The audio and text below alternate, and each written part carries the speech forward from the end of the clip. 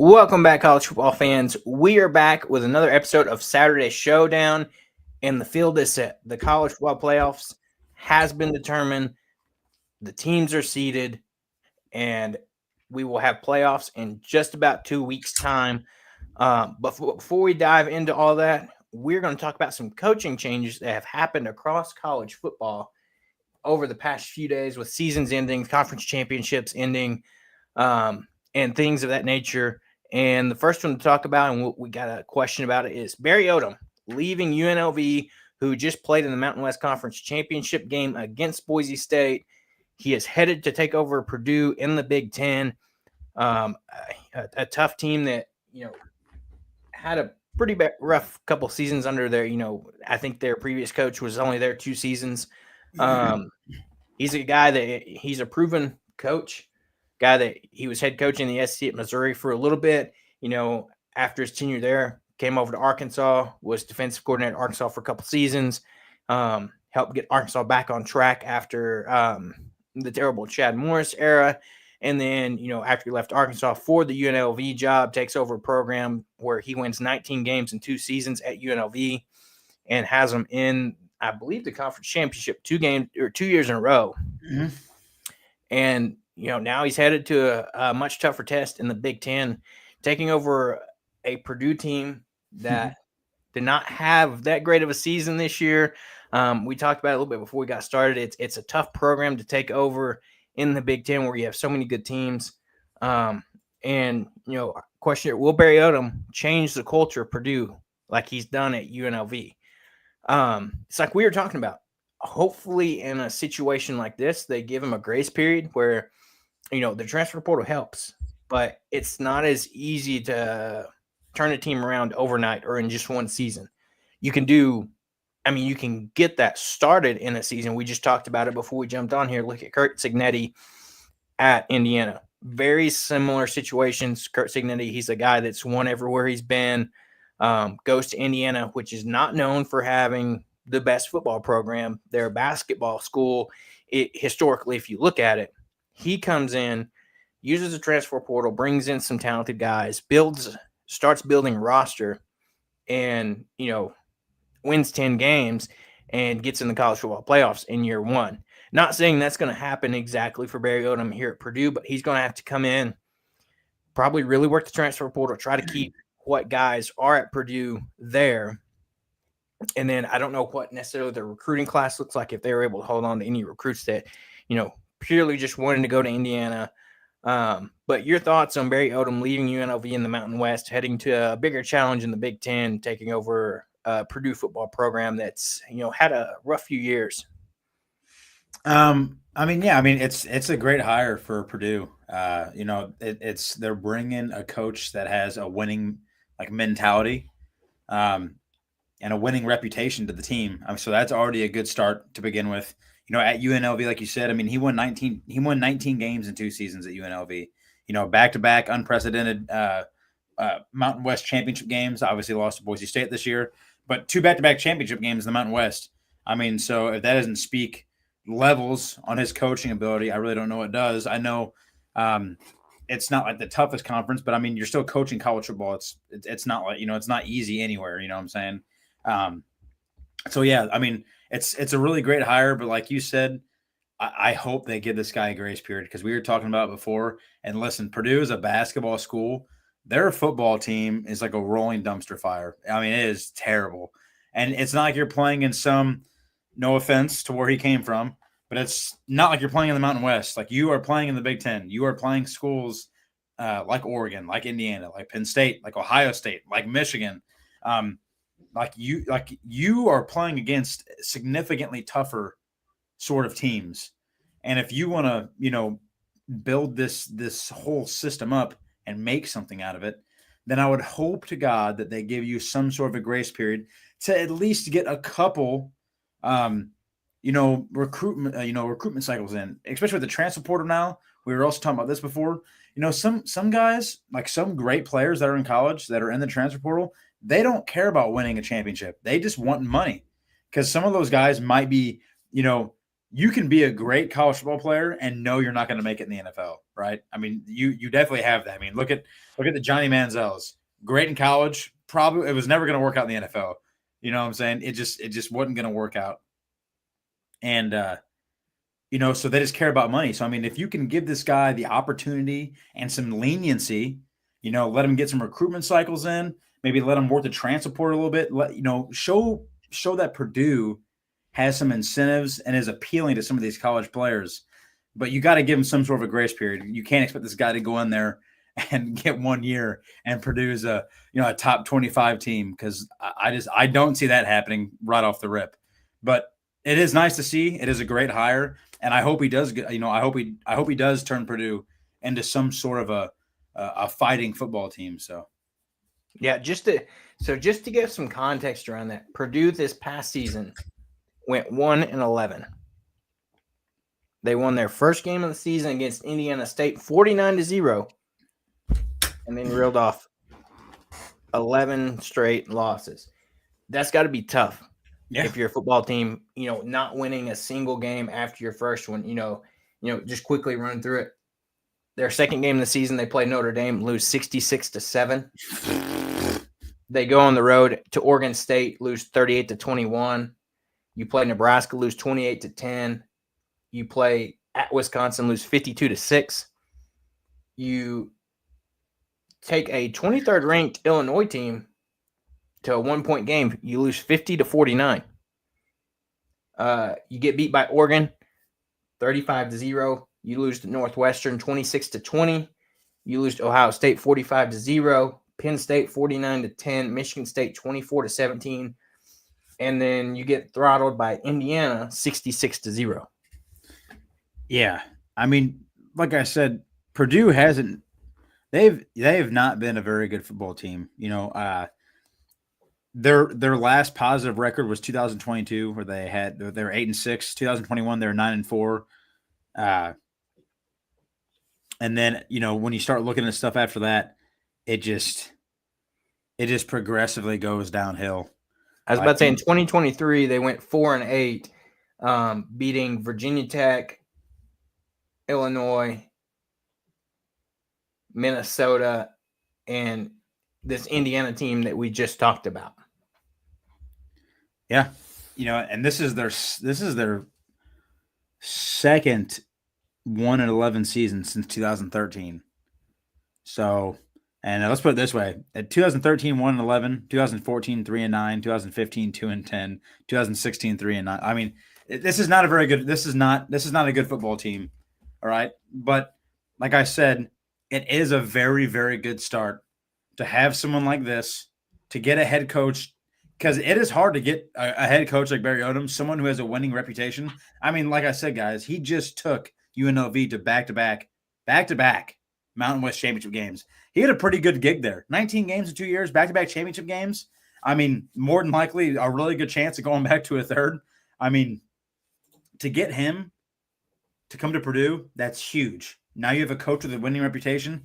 People around college football, players around college football, maybe even some players that play at UNLV, right? People who play in the Mountain West or anywhere else, they see that, Purdue's maybe trying to make a change. They brought a coach in who can win. That right there itself will attract you some sort of talent. So that's a really good hire on their part.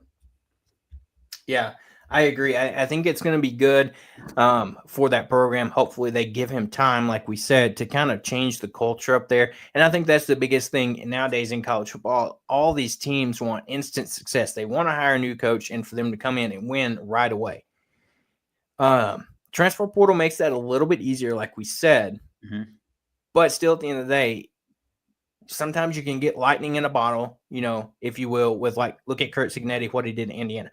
Not saying that's going to happen every time a college, hires a new up-and-coming coach. But like you said, if they can give him a grace period, give him, 2-3 recruiting cycles, give him a couple, 2-3 seasons, where to help him out, it would be nice if he could win, 3 to 4 games his first season or more. And then second season, you improve upon that, maybe 6-7 wins, and show that you're growing the program. I think that's what will help as well. Yeah. I mean, they're not just gonna let you walk in there, and they give you like 2 years. Like if you win like 3 games in 2 years and show zero improvement, like, all right, you're probably not going to be there anymore, right? But I would say, I mean, if I was a betting man, I would say they're not going to go 1-11 next year. Not with the head coach like Barry Odom there. They're definitely going to have some sort of improvement. But then again, you really can't get much worse than one game. You know what I'm saying? So he's coming into a really good spot where they're basically starting from ground zero. You really can't do worse than not winning a game at all. I mean, that's literally the worst you could do.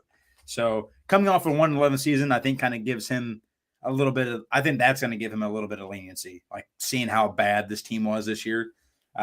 Knowing that you really can't do worse than that. I don't think he's going to walk in there and only allow his team to win one game. Coaches who win, who have that reputation, that doesn't really happen for them. I'm not saying they're going to win 9 games, but I wouldn't be surprised if they win 3 or 4. That's better than 1. So I agree with you. As long as he's showing some sort of improvement, I think they're going to keep cutting him some slack. Yeah, and if you look at it too, in defense of Purdue, their schedule didn't do them any favors because outside of Indiana State, the rest of their schedule was all Power 4 teams. They didn't even have these other, quote unquote cupcake games to help them out. They got one game against Indiana State, and after that, it was you automatically play Notre Dame, and then you play Oregon State, which is, I mean, technically both those are non-conference games, but they're still Power 4 opponents. Yeah. And then you hit conference play: Nebraska, Wisconsin, Illinois, Oregon, Northwestern, Ohio State, Penn State, Michigan, Indiana. Like that's a gauntlet for a team that, you don't get any easy games there. So no, not at all. And for a team that doesn't have a very good football program right now, I mean, that's like a death sentence. I mean, you basically look at your season and go, this first week, boys, this might be the only time we get a win. And it was. Right. So, that's a tough schedule, man. That'd be tough to look at. Yeah. As we continue on here with coaching, changes, this one surprises me a little bit. Scott Frost returns to UCF after a 5-year stint at Nebraska, his alma mater. He's a guy that, if you see clips of his press conference, he is like, he was glad he's got the opportunity to return to UCF. He said sometimes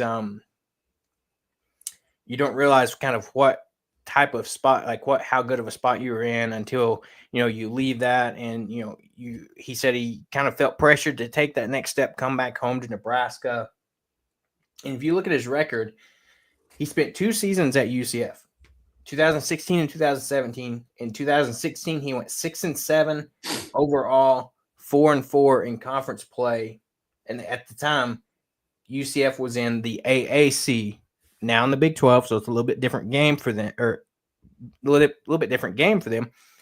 But he leaves after a season in 2017 where UCF goes 13-0, goes to the Peach Bowl, and they declare themselves the national champions, even though they weren't in the national championship game, just because they went undefeated.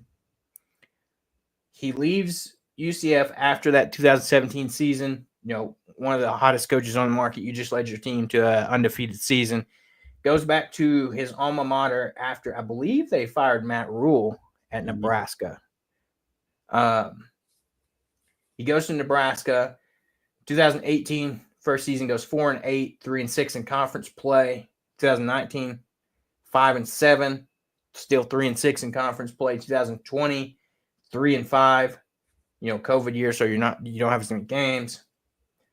21, 3-9, 1-8 in conference play, and then in 2022 goes 1-2 in the first 3 games and is fired. So he's been out for a couple seasons now, and now he is taking back over UCF, a program that Gus Malzahn resigned from that role to leave and take over the offensive coordinator role under Mike Norvell at Florida State. You have UCF that went 4-8 this season, 2-7 in conference play. Got their 3 of their wins in their first 3 games playing New Hampshire, Sam Houston, and on the road at TCU. And then later on the season beat Arizona. Other than that, tough season for UCF. Your thoughts on Scott Frost returning to UCF to take back over a program where he had a short stint before? Well, I mean, he had success there, but like you said, different time, different times. You're definitely you're in the Big 12 now. You're playing some, you're playing definitely some more challenging type of opponents, right? You're probably going to get less cupcake games, as we call them. I don't really know what to make of it. Maybe 4 straight losing seasons, going 16-31, and his 4+ losing seasons at his alma mater. Maybe he'll learn from his past mistakes. It seemed like he left a good thing, and I don't blame him. Why wouldn't you want to take a chance at a bigger school, right? Better opportunity. But sometimes stories like this don't always work out. The redemption stories, as I like to call them. Sometimes they don't always work out. And I would say, with how abysmal his coaching has been, since he left UCF, I would say he's going to have probably a shorter leash. I wouldn't imagine they're going to let him go 2 years in a row with a losing season. If he walks in there and wins like 4 games a season, I don't really think that that's going to cut it for them. I don't think he's going to have a bunch of leniency. They're not really going to cut him a bunch of slack. I would say if he wants to make a redemption story possible and a big leap forward, he needs to go in there and hope to God that he can kind of pick up his UCF magic from the days when he was there, and make something happen. Because, just with this coaching, like I said earlier, just with the coaching seasons that he had at Nebraska, I would say that that's the whole leniency thing, like kind of how Barry Odom might have that at Purdue. You're not going to have that at UCF, not coming back at least. So, yeah, I'm not finding too many details on it, but UCF did give him a 5-year contract. 5 years. Wow. Yep. 5-year contract through 2029. And, most contracts have buyouts. There's no details on that yet on what the buyout would be. What are some maybe clauses, if you will.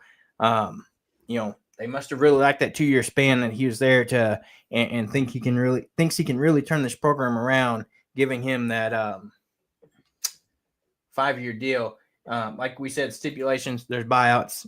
All contracts for the most part have those buyouts that, like you said, if he comes in there and just isn't cutting it, then, they can buy out his contract and you can get fired. So, that's going to be interesting to see. Trying to see here if we have any details on Barry Odom's contract at Purdue, just to give any comparison.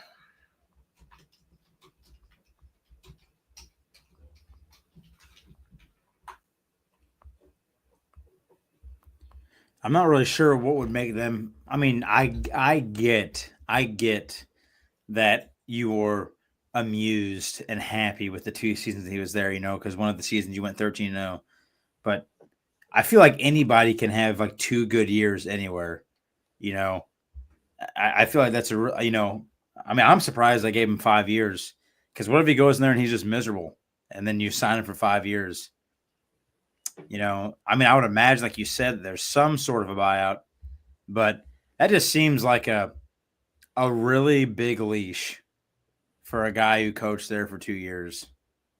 And then after that, played tougher opponents and went 16-31. So.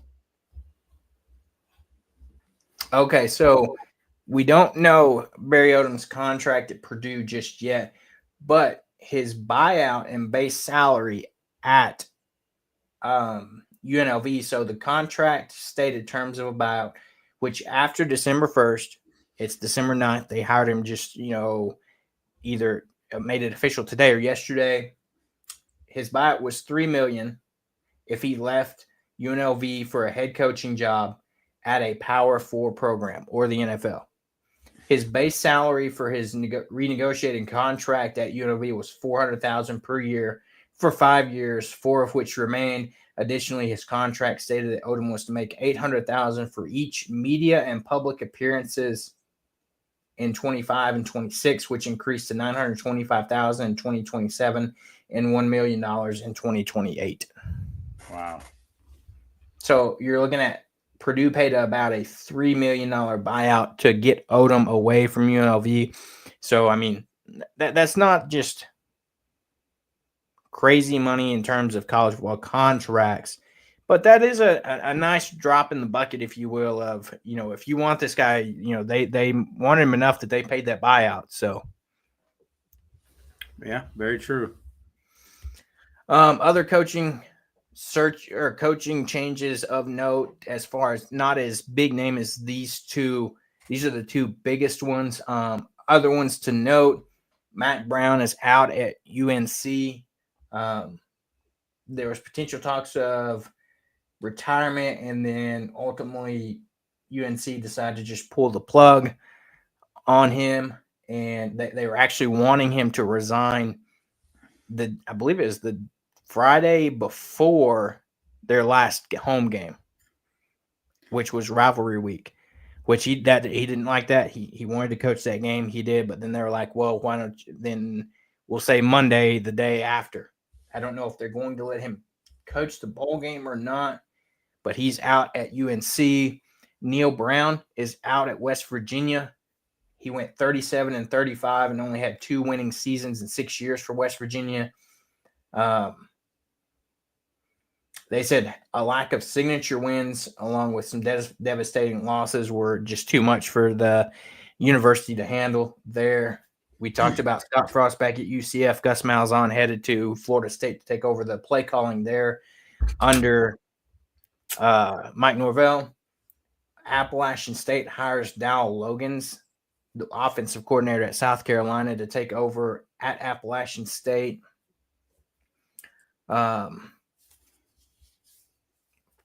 Florida International, FIU, hires Willie Simmons, Duke's running backs coach, to take over that program there. The program was run by Mike McIntyre. And then as you keep going, there are some smaller school names here. East Carolina hires Blake Harrell. Their defensive coordinator is promoted up into that head coaching role. Fresno hires the USC linebackers coach Matt Entz to take over their program. Southern Miss hires Charles Huff from Marshall to take over their program. Another interesting here, Utah State hires Bronco Mendenhall from New Mexico to take over their program after Blake Anderson was fired with cause. Bronco Mendenhall had a tremendous coaching. He coached at BYU, where he was 99-43 with 2 Mountain West titles when BYU is still in the Mountain West. Then he went to Virginia, where after he stepped down after 6 seasons. And then this past season at New Mexico, he led the program to a 5-7 record, and he returns home to his native Utah to help kind of resurrect Utah State.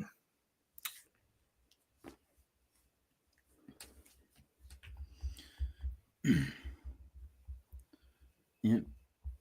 So I'm curious to see who UNLV is going to try to, hire in order to fill Barry Odom's shoes. That's a massive loss to a school that has just been to 2 back-to-back Mountain West championship games.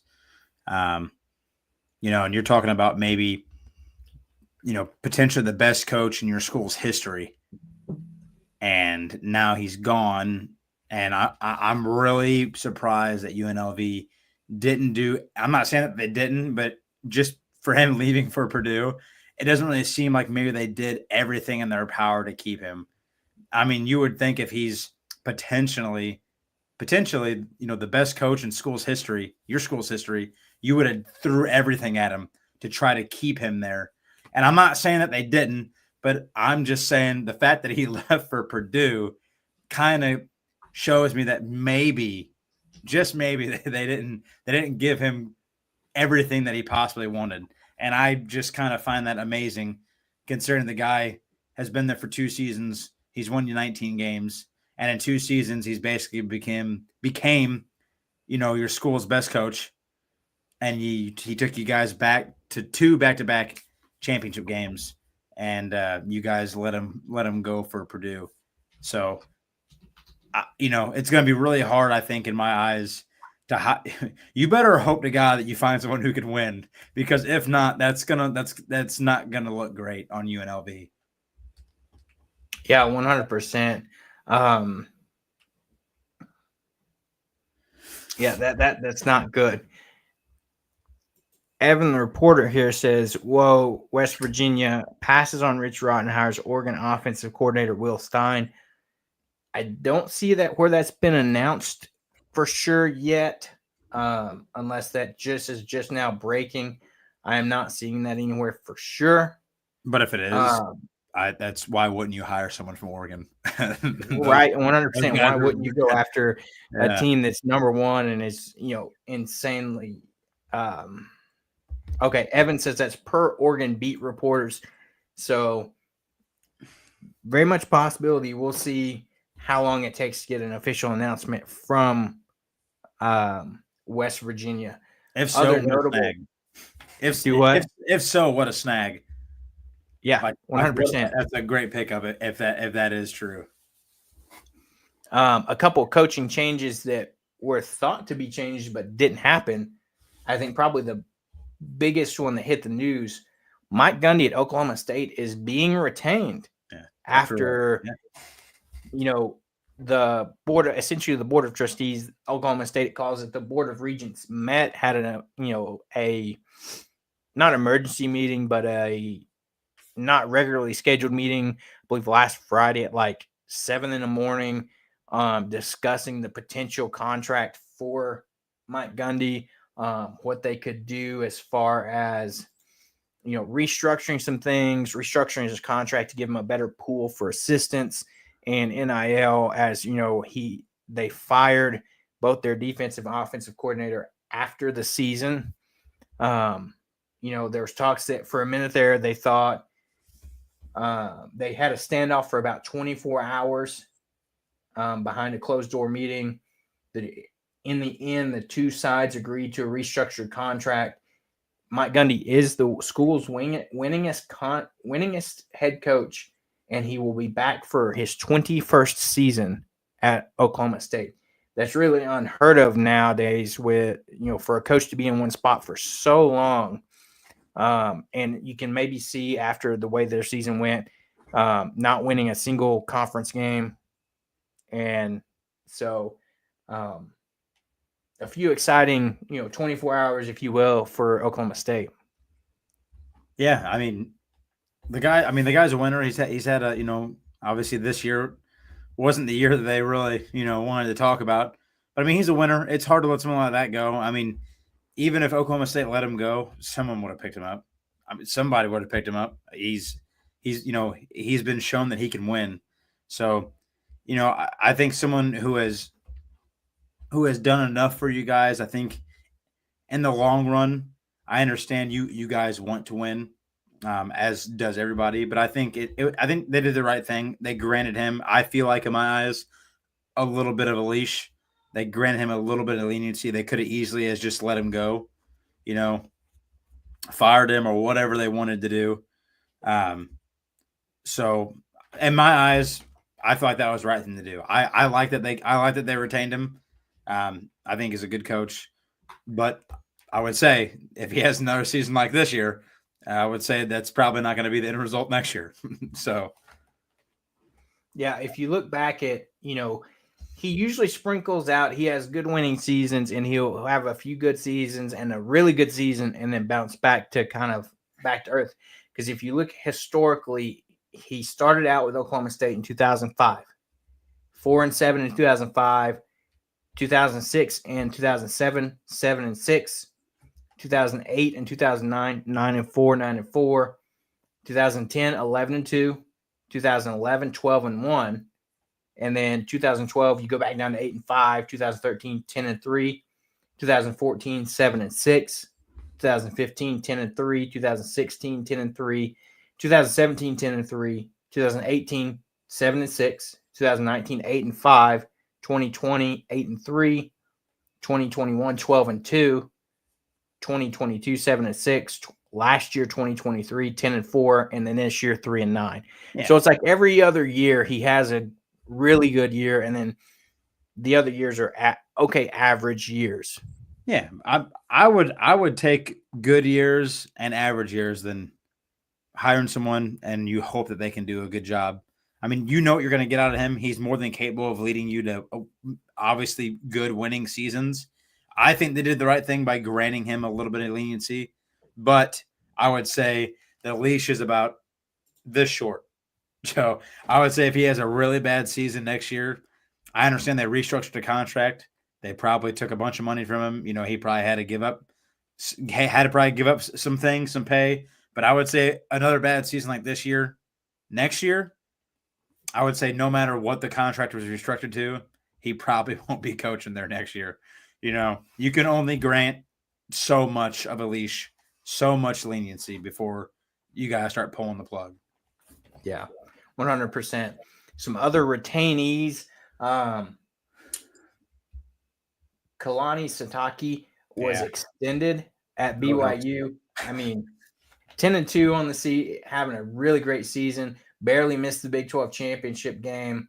All the report says is the contract will keep him at BYU well into the future.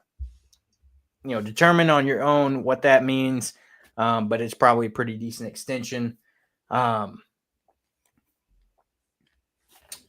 retains, Arkansas keeps Sam Pittman. We're going to leave it at that. There's not great things going on right now with the transfer portal opened up here at Arkansas. So Pittman is 29-31 overall in his tenure at Arkansas and enters the 2025 season on the hot seat. Arkansas went 6-6 this season. So, yeah. Yeah, should add more wins. To be honest, you should add more wins. We should have beat that Oklahoma State you guys team we just talked about. Yeah, you guys basically handed that game to him on a platter. So you guys dominated them, and I'm baffled by. You go back if you guys have not read that. I'm sorry, Caleb. If you guys haven't read that whole stat sheet from that game, go back and read it, right? And you would think that Arkansas absolutely dominated Oklahoma State because they dominated them in literally every category and just handed the game over to them. And then, you guys had some good wins, and then there were some wins that I thought are some losses that should have been wins towards the end of the season. And then, no offense, but Green, your guys' quarterback, that's his last name, Green. He didn't play so well towards the end of the season. I know he had an injury as well, and I don't know if he was ever fully recovered from that. I know he came back and played, but it kind of just didn't seem like he was his normal mobile self. But some of his decision-making was not the greatest either, and that kind of cost you guys some games, I feel like. But that 6-6 record, I think maybe the reason why they granted Pittman a little bit of leniency is because I think that 6-6 record probably should have been higher on the winning side this year, to be honest. There are some games that slipped through your guys' fingers that probably shouldn't have. But with that being said, 6-6 is still 6-6. You can't think about the hypothetical. And he 100% is on the hot seat. Unfortunately, because this season definitely, in my eyes, should have had more wins than 6. So I agree 100% there, Dylan. Another guy that we were talking about said, he was done after 2-3 games in the season. Billy Napier of Florida. What a turnaround he had this season where, like we talked about, they had 2 blowout losses at home to Miami and Texas Texas A&M early in the season. but then, somehow turned around, got a 7-win season, and had wins against nationally ranked LSU and Ole Miss both, and ended the season on a 3-game winning streak, made a bowl game. So what a turnaround by Billy Napier here. And, that was working through some tough things. You had Graham Mertz go down earlier in the season towards ACL, so you have to turn kind of things over to the true freshman 5-star DJ Lagway. He gets injured. You're down to your third-string quarterback. DJ Lagway's able to come back, kind of turns the season around for you, grows during the season. And I think Billy Napier found his starting quarterback for the next, at least next season for sure, or potential, future. So, yeah. And, I was surprised that they kept him, but he was able to turn around. He's ready to turn around the season and get 7 wins. And I think this is what saved his job. The fact that he beat LSU and Ole Miss. LSU is kind of trash. I'm sorry, guys. They're kind of just not very good. Because there's a bunch of talent on that team, and they would just blow games that they shouldn't have lost. Ole Miss, on the other hand, I think Ole Miss is actually really good, but they're so inconsistent as well. They lost a lot of games. That's a team that could have went undefeated, to be honest. They looked really good, and then they'd look really, really bad. But I think ultimately what saved Billy Napier's job is that he was able to make this season a 7-win season. And if you look at it, this would be arguably, all right, this school's toughest schedule in school history. They played Miami, then Samford, and then Texas A&M, and then Mississippi State, and then UCF, and then Tennessee, and then Kentucky, and then Georgia, and then Texas, and then LSU, and then Ole Miss, and then Florida State. Like, Lord have mercy. That whole stretch, right? You literally play Miami, then a terrible team, and then you play Texas A&M. You play Mississippi State. That's no cakewalk either. They have really good seasons. That's a team that's very inconsistent, but they can sneak up on you. Then you play UCF, whatever, right? And then you play Tennessee. Then you play Kentucky, who is super tough this year. And then you play Georgia, and then you play Texas, and then you play LSU, and then you play Ole Miss. Just having 2 playoff teams back to back between Georgia and Texas is, that's tough. Let's put it this way.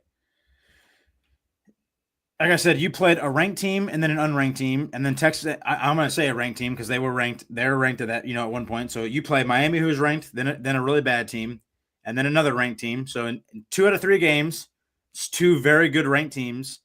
Then you play Mississippi State, UCF, and then you play a ranked team in Tennessee. Then you play Kentucky, and then you play the number 2 Georgia, the number 5 Texas, the number 21 LSU, the number 9 Ole Miss. That's to. I will say this: to wrap off 7 wins on that schedule, very impressive. He 100% deserved to win his job back. As much as I talked trash on him earlier in the season, because I don't think he's the greatest head coach. Don't get me wrong.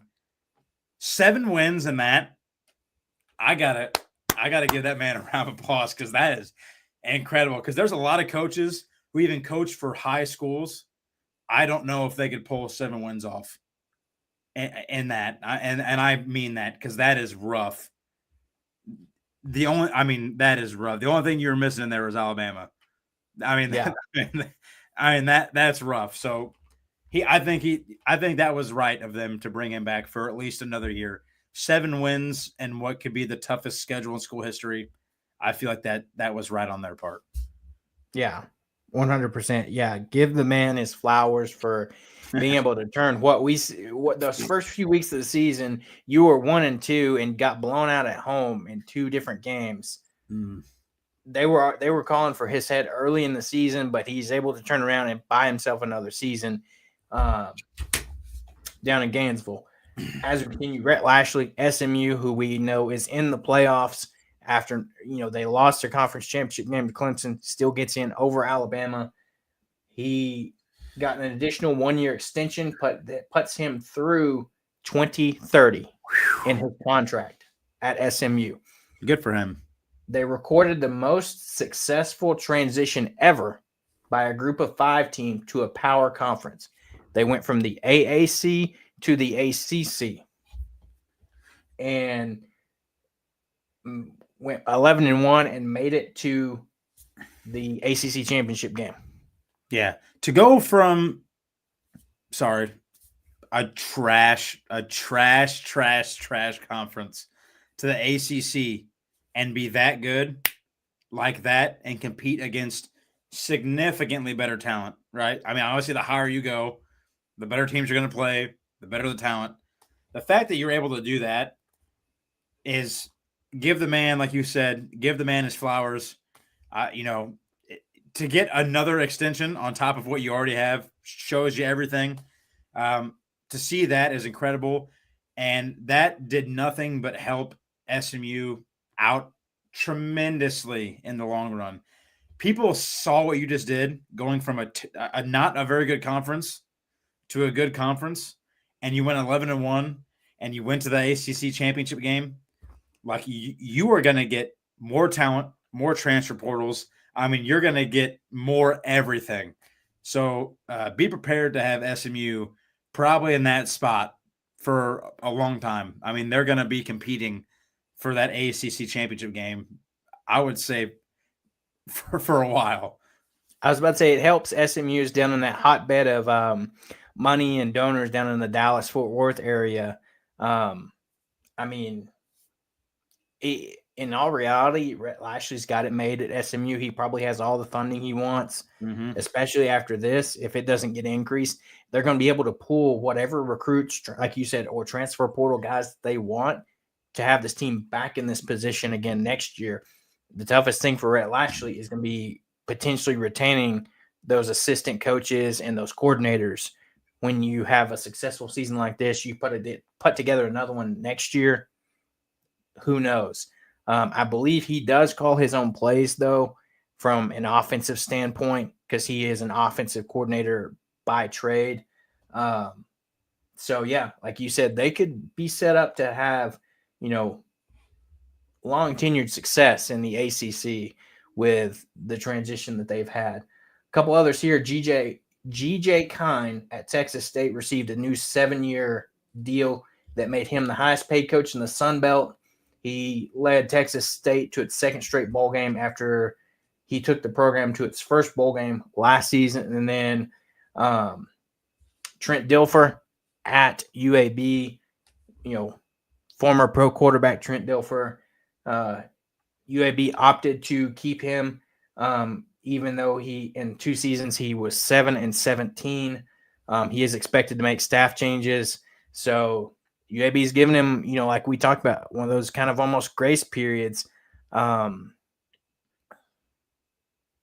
mean, they're just with his name, expecting, like telling him, hey, you need to make some staff changes, change up your staff, see if that can change things. But 7-17 in 2 seasons, if I feel like if he doesn't have a decent year or winning season this next year, it's probably the end of the road at UAB for him.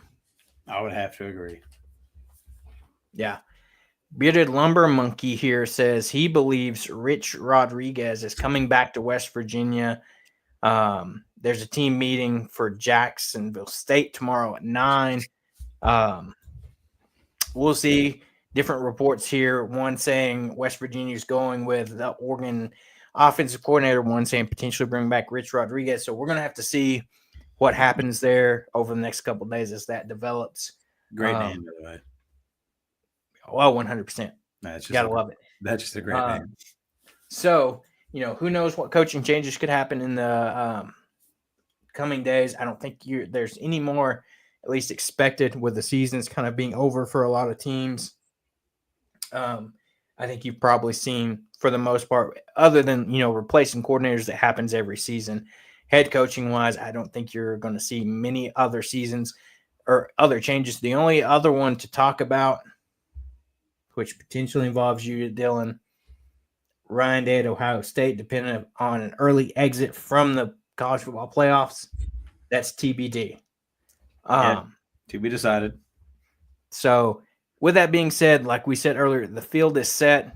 College football playoffs, the first year of the 12-team playoff has been set. And here you go.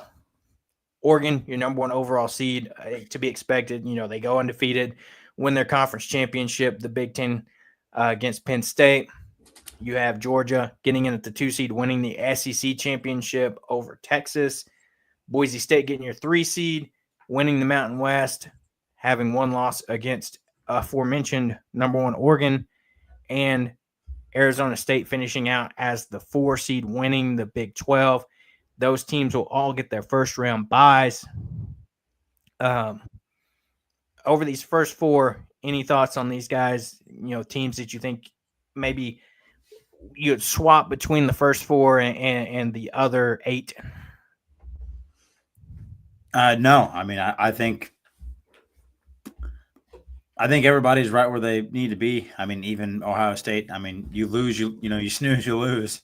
I mean, I don't see any changes. I think everything is set basically probably right where it needs to be. I think this is a fair setup. Yeah, I don't see any changes that I would make. If we're talking about just who's in here, I wouldn't talk about any. I don't think anybody needs to be swapped around inside of the playoff right here. So we jump to the 5 seed Texas. Like we just said, they lost to Georgia in that SEC championship game. They come in at the 5 seed. They will have a home field game against Clemson, the 12 seed. Winner of the ACC. Unfortunately, they did not get that automatic bid in the top 4 seed, so they will be traveling to Austin. A battle of oranges, if you will, in this game. Smoked. That's. I mean, you guys had a good season. Sorry, you're playing an SEC team. That's different football. I'm sorry. It really is. It's different football. You guys are blowing SMU out and let them come all the way back and almost beat you. You dominated SMU the whole game, and you literally got outscored 24-10 in the second half. And the only reason why you won that game is because you went up really early, like really early. That was the only thing that saved you. Other than that, SMU completely dominated you guys in every other aspect of football. And you guys are now playing Texas, who almost beat Georgia, should have beat Georgia. A lot of things were awful in that game. So many drop passes for Texas, so many missed opportunities. That's just my take. You guys are cooked. I'm so sorry. 100% there. We'll dive into our in-depth previews next week. Coming at the 6 seed, Penn State, in the Big Ten, Oregon, they put up a decent fight against Oregon in this game, but ultimately Oregon came out on top. They will be having a home game in Happy Valley, which it was announced it will be a whiteout game against SMU. Like Dylan just alluded to, lost that conference championship game late to Clemson last minute on a 56-yard field goal by Clemson's freshman kicker. I feel like this could be an interesting game. SMU has their fast attack there. Penn State still got a shot. We talked about it earlier in the season in the show, where if they're going to have a chance this year is probably their best shot to try to make a run, with the expanded playoff. Some people would say you get an easy matchup with SMU. I think it's going to be closer than what a lot of people think. But they get that home field advantage and their infamous whiteout. So, yeah, I mean, listen, Penn State doesn't make some mistakes toward the end of that game. I think they probably beat Oregon. I mean, listen, guys, if you guys watch the show, you guys know I hate everyone that's not Ohio State. I just hate everyone in the Big Ten that's not Ohio State. Got to give credit where credit's due, though. And Penn State played, I thought, tremendously better than what I anticipated. Well, I was going to say, last week we were very surprised at just the 3.5-point spread, but it made more sense when you watched that game. Yeah, Penn State played great in every aspect of football. I mean, they were able to keep up like that with Oregon, and I was so surprised. I think they kind of surprised everybody. I would say if they play how they played against Oregon and against SMU, I would apologize to SMU. But this does make for a very interesting matchup, like you said, because SMU, they're no chumps. They showed exactly what they're made of this year in the ACC. And like you said, they lost in a last-second field goal. If they get off to a better start and don't get blown out, basically 14-0, 21-0, right off the rip, it's probably a different story. SMU probably wins the ACC championship game. So, I think this is probably one of the best matchups, to be honest. I think both teams, in terms of players and in terms of play style, match up very well. So, yeah, I agree. You jump over to the next matchup, the 7-seed Notre Dame taking on 10-seed Indiana, an in-state matchup here.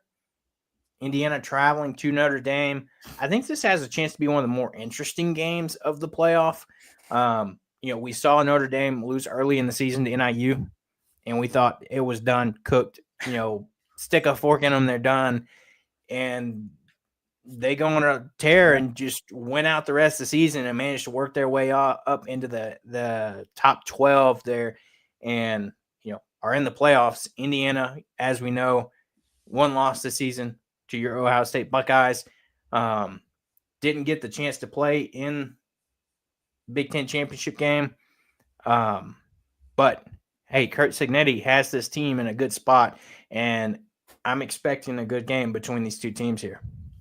Yeah, we talked about it earlier. I think this is a really good matchup, and in my eyes, I think this is a really good matchup for Indiana, because if you look at all the other teams, I would say this is probably their best shot at beating somebody. Not saying they can't keep up with some of these teams, but I would just say that this is the best. This is a good matchup for them. I think both teams match up nice. Notre Dame, I think, is super inconsistent, as we saw that, they lost to NIU, and I thought that was basically the end of their season. Their head coach got absolutely saved, whatever his name is. What's his name? What is it? Notre Dame's head coach. What is his name? Marcus Freeman. Yeah, he got saved. Because 100% after they lost the NIU game, if they didn't do what they did, he was 100% gone. I promise you. Because that was embarrassing. But this is going to be a good game. I think you look at this game and it has the potential to be one of those overtime type of games. It really does.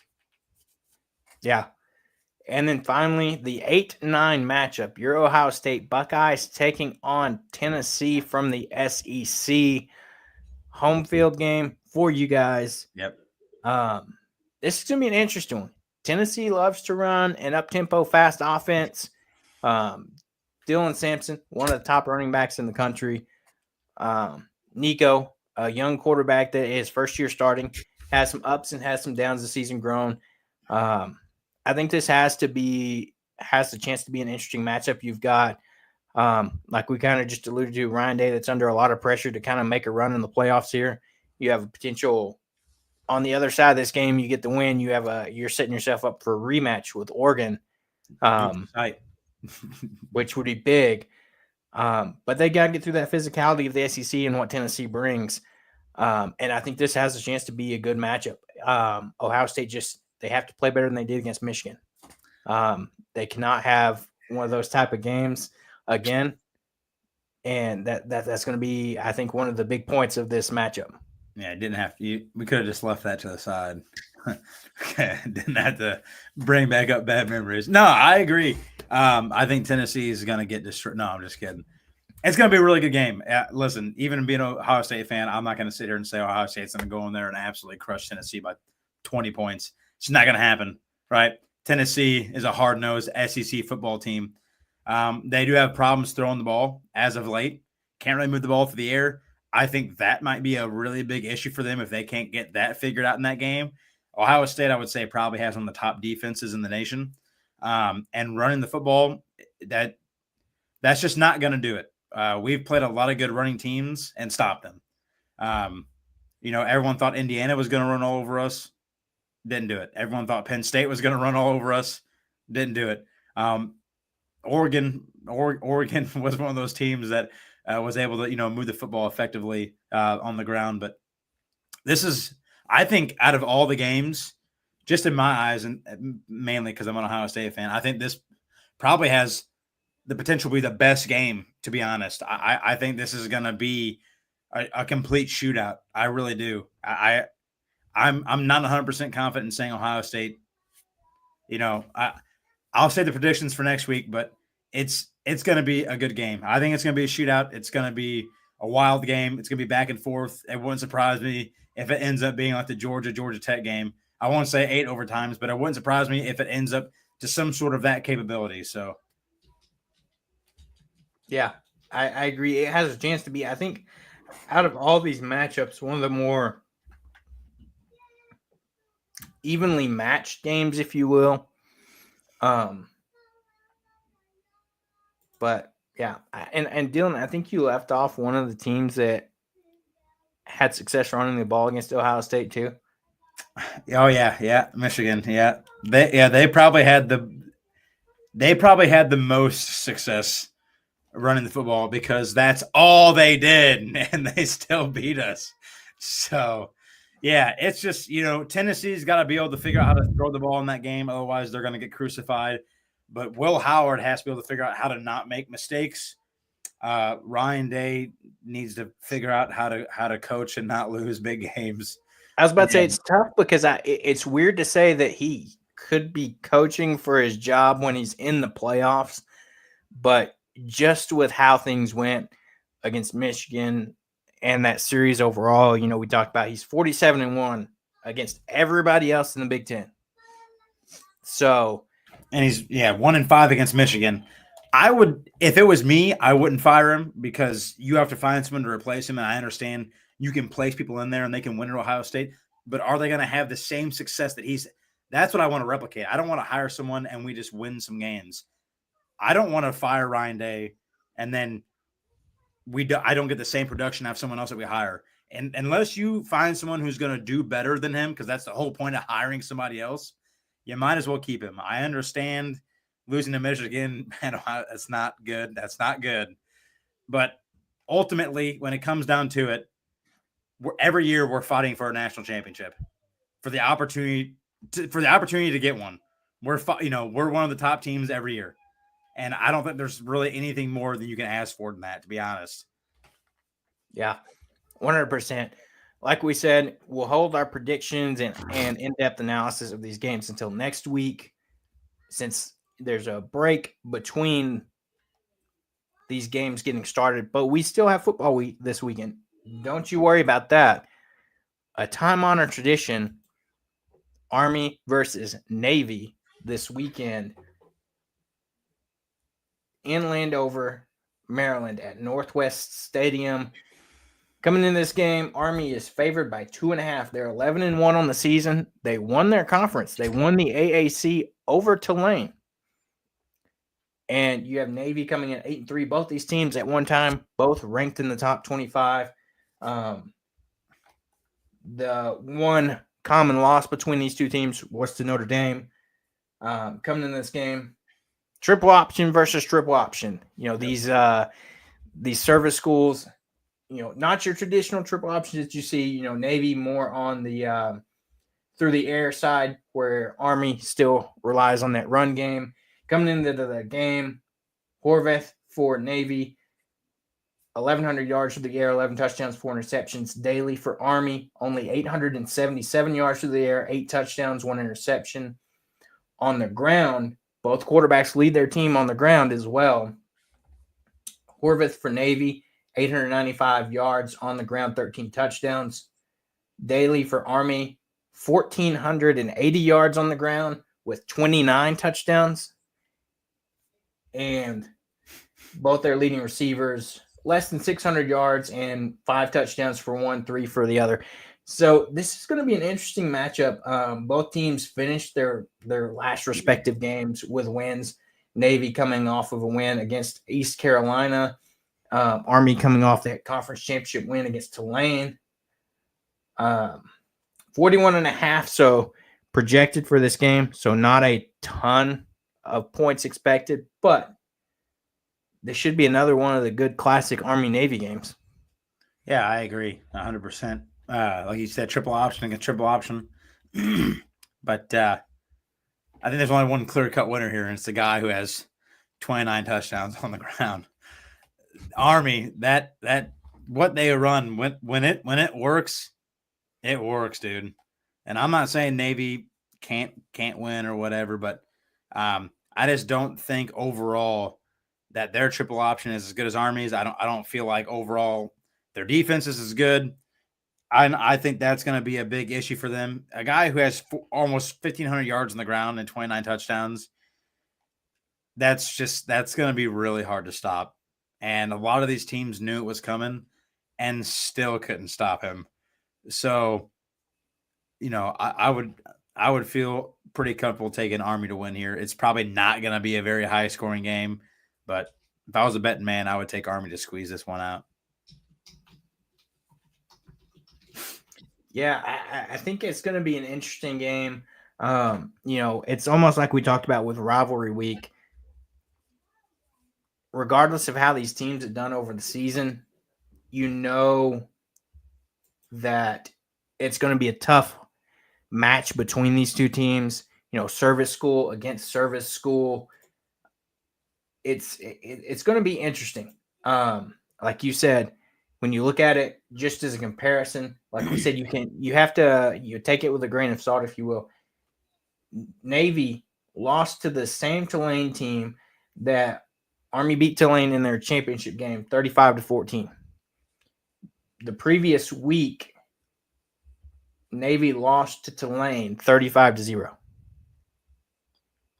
But as we said, this is a time-honored, heated matchup between these two schools, so you never know what you're going to get with them. What's also fun about these games is you have the uniform matchups of these games. You have Navy coming in with the Screaming Eagles uniform and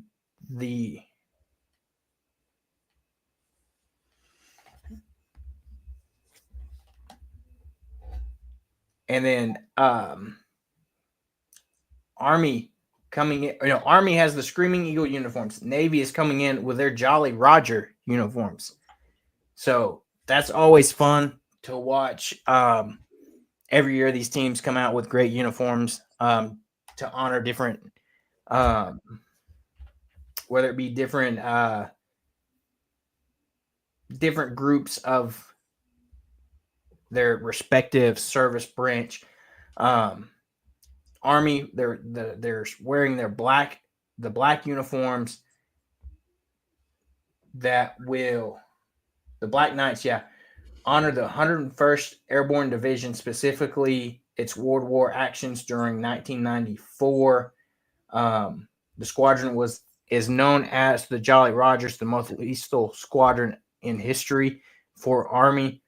And then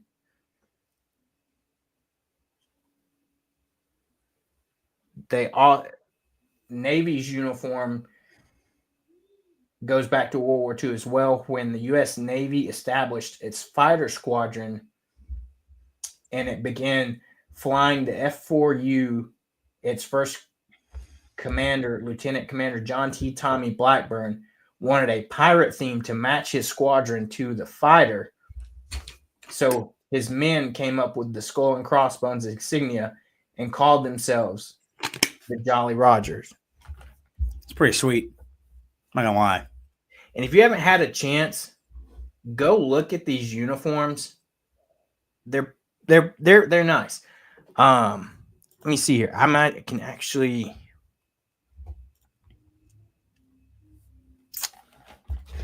While you're doing that, let me read something off to you.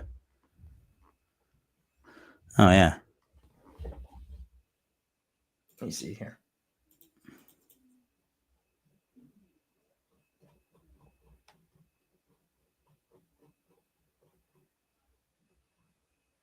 So there's part of one of them. Yeah, those shirts. The jerseys are even sweet. Like a glitter effect to them or something. Or are you gonna read off there, Dylan? We can get into it more next week, but this kind of just goes previous to what we were talking about. When I say it, you're gonna know. All right. One team's SOR is 9th. One team's SOR is 15th. One team's SOS is 16th. One team's SOS is 60th. One team's win-loss teams above 500 or 5-1. The other team's win-loss ratio with teams above 500 or 5-2. One team is in the college football playoffs. One team is out. Key wins for the team that is in is Louisville, Duke, Pittsburgh, and TCU. Key wins for the team that is out is Georgia, South Carolina, Mizzou, and LSU. So, I mean, I'm happy to see it, but I was also just curious how you feel knowing that one team is better in every category and their significant wins are better in every category than one certain team that's in the playoffs and they got knocked out. Now, I know this team that's out has the 3 losses, and I agree. I don't think a 3-loss team should be in. But at the same time, you look at strength of schedule and strength of the ratings of the teams that you play and everything. You take everything into account, right? At least they're supposed to take everything into account. How do you feel about SMU being in and having those being ranked 15th in SOS and 60th in strength of schedule, and having Alabama basically be in the top 15 for both and be out? I understand Alabama's a 3 losses, but how do you feel about that? At the end of the day, I think they got it right. You have a SMU team that is in. They made it to their conference championship. I mean, and not saying that just because you made it to your conference championship, you should still automatically be considered, because look at Iowa State. They had more losses, but still made it to their conference championship. And, that was the thing there. But when you look at Alabama, like you said, 3 losses, you don't want a 3-loss team in. Point here, all 3 losses are conference losses as well.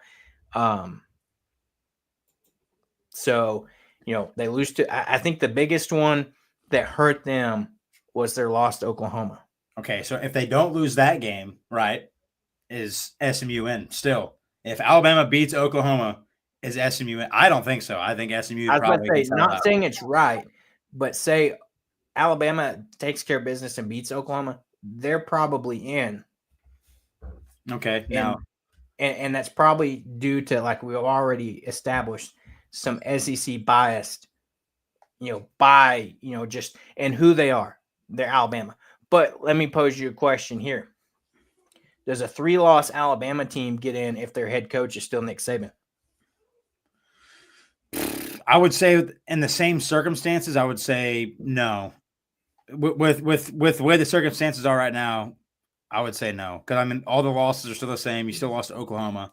I think that was the biggest one for them. I think that's what took them out of the college playoffs. I think if they beat Oklahoma, they probably get in, right? Because they were holding on to hopes. The committee was holding on to hopes that Alabama was not going to – I mean, they were doing everything to keep them as close as possible, to do anything they could to keep them into a ranking.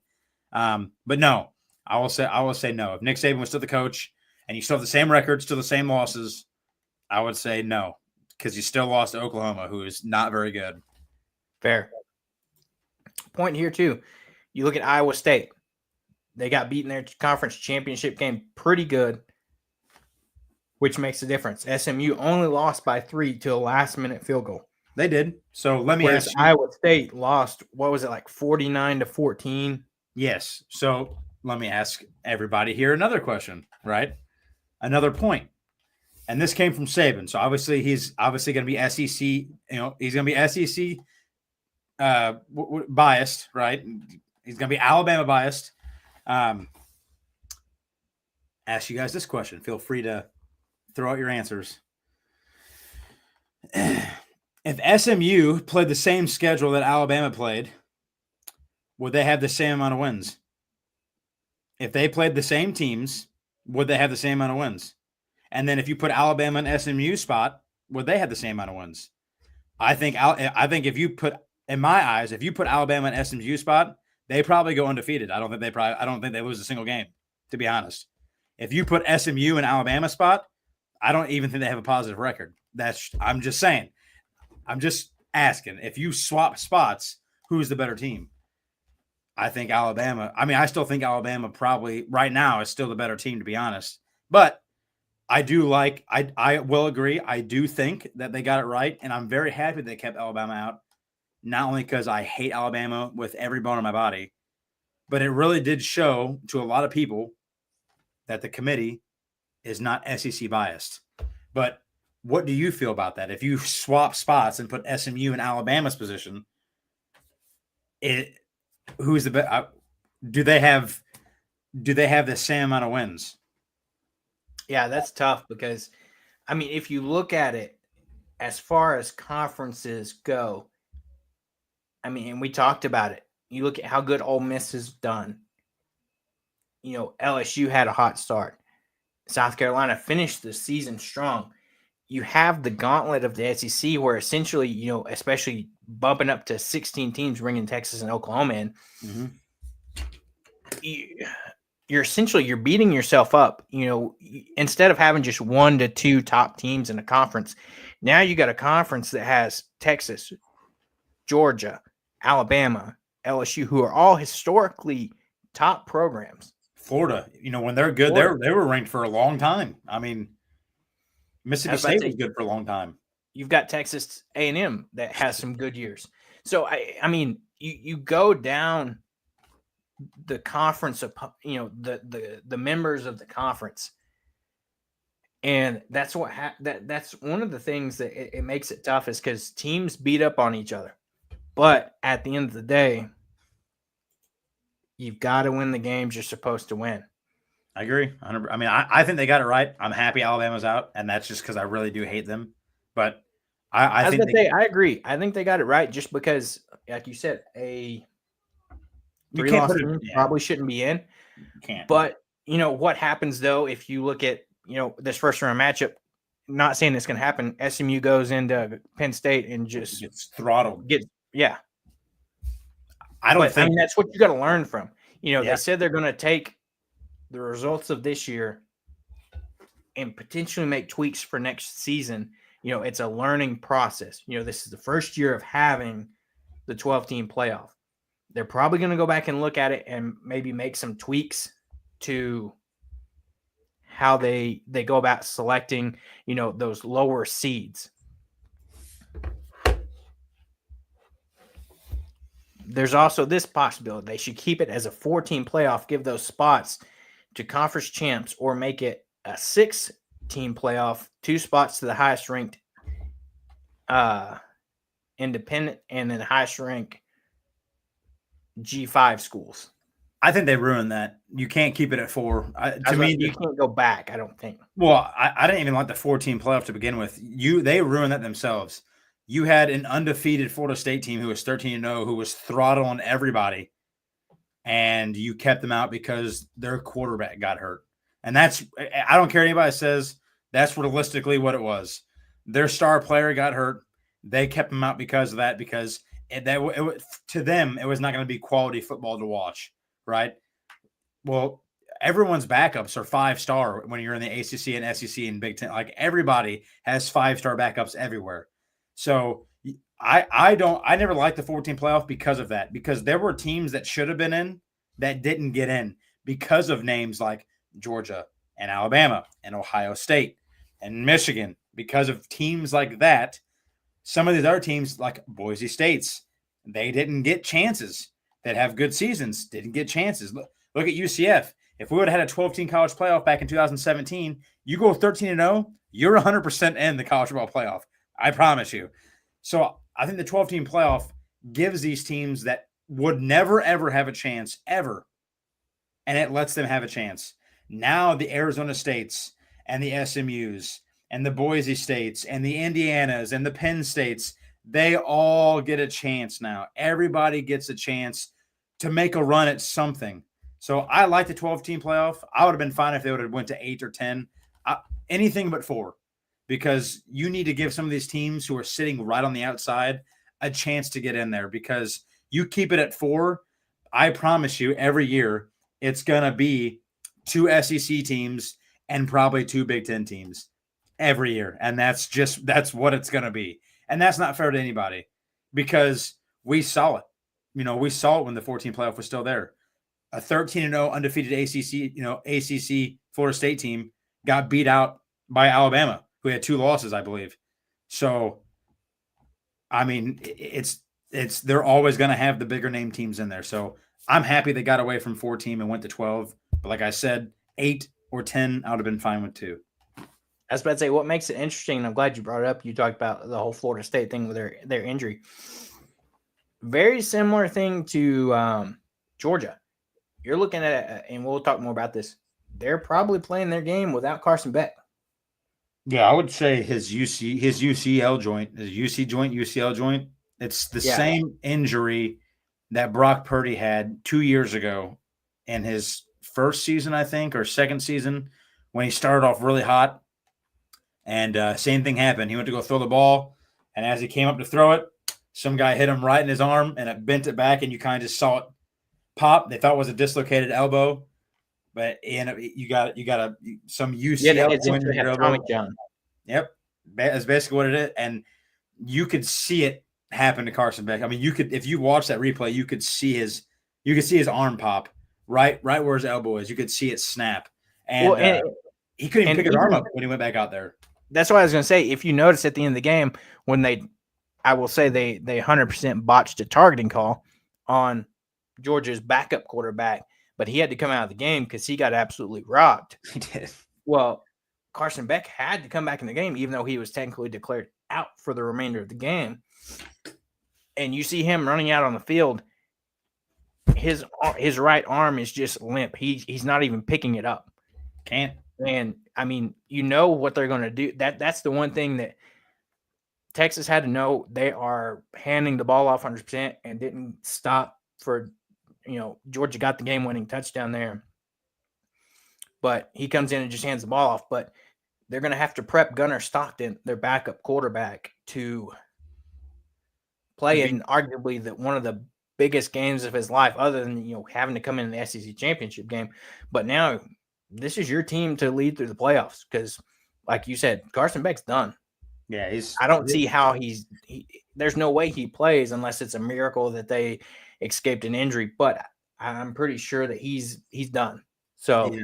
And imagine being a backup and coming in, and now on a Georgia team that has caught fire at the right time, now you are placed in a position where people are looking at you to win a national championship. Like, they're staring at you saying, you're a 5-star backup. You were a 5-star recruit at one point in time, right? This is it. It's your time to shine. So I think I looked it up going into that championship game. He had thrown a total of 29 passes, I believe. And I can tell you right now, from the plays that he did run, didn't look. He was able to run the ball, but as far as passing it, he didn't look phenomenal. But a lot of nerves. You're trying to win an SEC championship game against a really good Texas team. Georgia's just really lucky that it happened when it did, and not at like the beginning of the game, because I don't know. I don't know if they come out victorious if Carson Beck gets hurt really early on. But yeah, I know we'll get more into that all next week. But it's going to be very interesting, because that kid is in a position of a lifetime right now. For his first time basically starting, he's in a position of a lifetime. So it's a tough spot to be in. Fortunate for him, if my math's right, he has about 3 weeks to prepare, because no games this week. You get a first round bye next week, and then you're not playing until the following week. That's the one thing he's got going for him, is he's going to get those first team reps for 3 weeks. And hopefully. And Kirby Smart's your coach too. And Kirby Smart knows what position he's in right now. And he's going to do – I would say he'll have him at least 80-85% game time ready, like prepared to be in there. And who knows, maybe there's somebody else on that roster they're prepping too, just in case. I mean, you never know. So that's going to be an interesting thing to watch. once it gets time for that game. One last thing to cover before we get out of here. You have your 4 finalists for the Heisman Trophy, and I don't think these are a surprise to anyone at all if you watch college football this season. Dillon Gabriel, Oregon's quarterback. Travis Hunter, the two-way player from Colorado. Ashton Jeanty, Boise State's star running back this season. And Cam Ward from Miami, who just had insane numbers this season. It's going to be interesting to see who wins this Heisman Trophy. Out of these 4 finalists, I think it's truly you're probably looking at deciding between Travis Hunter or Ashton Jeanty. I mean, I wouldn't rule out Dillon Gabriel for what he's done at Oregon, leading him to an undefeated season. But, man, it's going to be interesting to see who actually wins this trophy this season. Yeah, it blows my mind that it blows my mind that he's even – I mean, he's probably going to end up winning, but it blows my mind that that's even the case. He has 1,152 receiving yards and 4 interceptions. Dillon Gabriel has 58 yards, 28 passing touchdowns. Jeanty has 2,500 yards, 29 rushing touchdowns. Cam Ward has 4,123 yards and 36 passing touchdowns. Which one sounds least appealing? I would say Travis Hunter. The only reason he's going to win is because he's a dual-sided player. In my eyes, I think Ashton Jeanty should win. That should be me. But in my eyes, if I could choose, I would have Jeanty, and then I would have Cam Ward as the runner-up. 4,100 yards on a team that lost and did not get in the playoffs, and having 36 touchdowns is unbelievable. He doesn't get talked about enough. People are just so star-studded that Travis Hunter plays both sides of the ball, but I'll promise you right now, he's doing that because he's in college. I know he talks a big game, right, as he should. He's going to be able to do this in the NFL. He's not. You're not going to be able to do this in the NFL. That's just – they're not going to let you do that in the NFL. Because if they spend a high draft pick on you, which they will, and you get hurt, they're not going to risk you getting hurt by letting you play extra snaps. Because they're going to say their job is out. They'll be gone. Yeah. So essentially, you're playing either wide receiver or DB. I'm not sure which necessarily he'll get drafted for. I've heard pros for both different former NFL guys saying they think he should go one way or the other. Who knows? But at the end of the day, like you said, this is in college. He's not going to do that in the pros. But we will find this out Saturday in New York. The top 4 voters will be determined by more than 900 voters that are selected as the finalists. The voting panel includes members of the media and former Heisman winners. So you're going to be voted on by guys that have won this trophy, and they're seeing what you've done. So, like you said, I'm on board of my vote goes to Ashton Jeanty for just what an insane season he's done at Boise State. Getting close to Barry Sanders' record. You might not see that again in another single season. And even the season that Jeanty had, which was phenomenal, he was still, up until their conference championship game, he was going into the conference championship game, he was about 300 yards shy of Barry Sanders' record that has been set since 1988. Yeah. And again, I will use the Alabama method that I just used on you. If you flip Jeanty and Travis Hunter, right, I don't think Travis Hunter has the greatest receiving season at Boise State, right, because he doesn't have Shedeur Sanders. That's just not happening. And I think Jeanty has I'm not saying he replicates 2,500 yards, but I think he has considerably the better season playing on a Colorado team. If they would have had some sort of running back, they could have ran all over a bunch of teams. But again, I agree with you. My vote would not go for Travis Hunter. It would go for Ashton Jeanty. What he's done has just been – it's been wild to watch, and I don't know when or if it'll ever happen again. Yeah, 100%. So we'll find out Saturday at the Heisman Trophy ceremony in New York. which one of these guys is going to come out with that trophy. And I mean, we already know Travis Hunter is probably a top 5 lock for the NFL draft this upcoming year, along with Shedeur Sanders. I wouldn't be surprised to see Jonty go. You don't see running backs taken very high normally, but he's a guy that I feel like might break that stigma a little bit for what he's been able to do, and while staying healthy. He hadn't missed a game all season. So, Agreed. Yeah. He's like a smaller Derrick Henry. yeah. I mean, that's a decent comparison. He's just able to – I mean, if you watched even the conference championship game, he was breaking tackle after tackle.